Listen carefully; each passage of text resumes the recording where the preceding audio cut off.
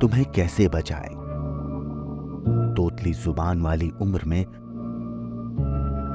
तुम्हें क्या क्या सिखाएं? तुम्हारी मासूमियत बचाएं या इस उम्र में तुम्हें दुनियादारी समझाएं? परियों की कहानियां सुने। प्यार दुलार और भरोसा रखने वाली उम्र में क्या तुम्हारे सामने रिश्ते नाते की पर्दे छीलें, वहशत के मायने समझाएं?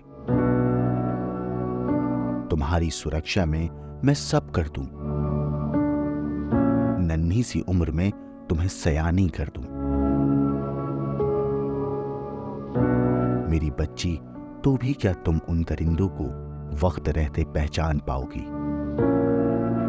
वो कभी रिश्तों का चोला ओढ़कर, कभी घात लगाकर, और तो और कभी खाकी पहनकर तुम्हें दबोच लेंगे और जिंदगी जीने से पहले तुम्हारा वजूद कुचल देंगे।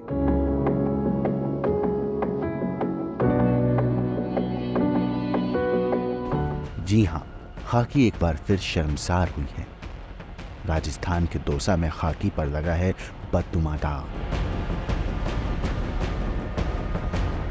राहुवास थाना क्षेत्र में सब इंस्पेक्टर भूपेंद्र सिंह पर 4 साल की मासूम से बलात्कार का आरोप है। इस वारदात की खबर मिलते ही जनता आक्रोशित हो उठी और भीड़ की शक्ल में लोगों ने उस थाने का घेराव कर लिया जहां रेप के आरोपी सब इंस्पेक्टर भूपेंद्र सिंह को हिरासत में रखा गया था।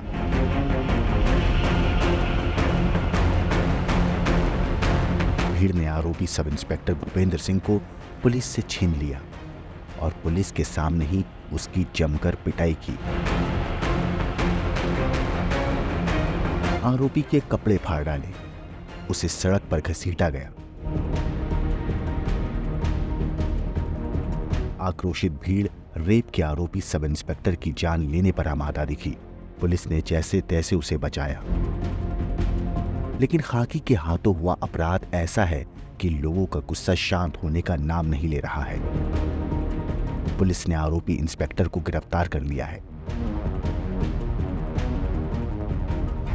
राहुवास थाने के अंदर एक एफएसटी जो चुनाव के अंदर एक हमारी स्क्वाड लगी हुई थी, उसके अंदर लाइन का एक सब इंस्पेक्टर था भूपेंद्र।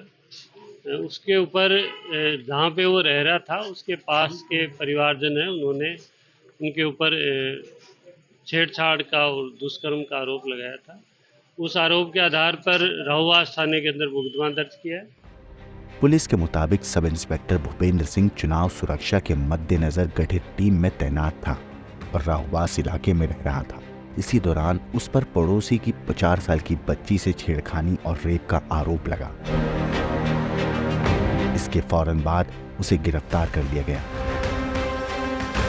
वारदात की खबर मिलते ही बीजेपी सांसद किरोड़ी लाल मीणा और लालसोट से बीजेपी उम्मीदवार रामविलास भी मौके पर जा पहुंचे। उनके साथ समर्थकों का हुजूम था। ऐसे में आनंद फानंद में दौसा जिला अस्पताल में मेडिकल बोर्ड बनाकर पीड़ित मासूम की मेडिकल जांच कराई गई।